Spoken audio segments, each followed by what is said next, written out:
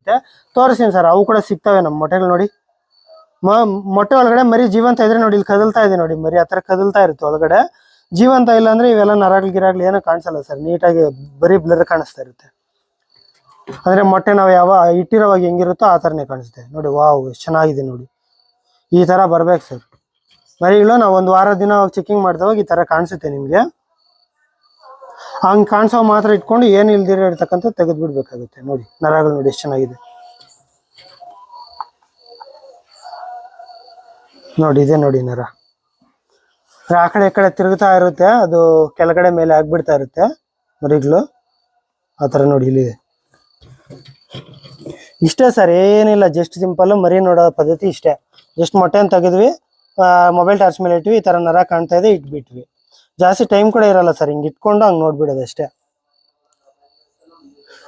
ಜಾಸ್ತಿ ಟೈಮಿಂಗ್ ಏನು ತಗೊಳಂಗಿರಲ್ಲ. ಈ ಥರ